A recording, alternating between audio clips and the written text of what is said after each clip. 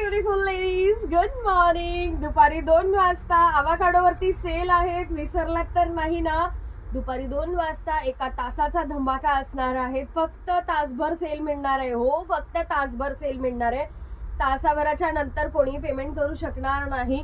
So दुपारी 2 वाजता join करा अवाकाडो क्रीम साठी. आणि ज्या नवीन मैत्रिणी त्यांना प्रश्न पडेल, एक तासभर सेल आहे, कसली क्रीम अशी?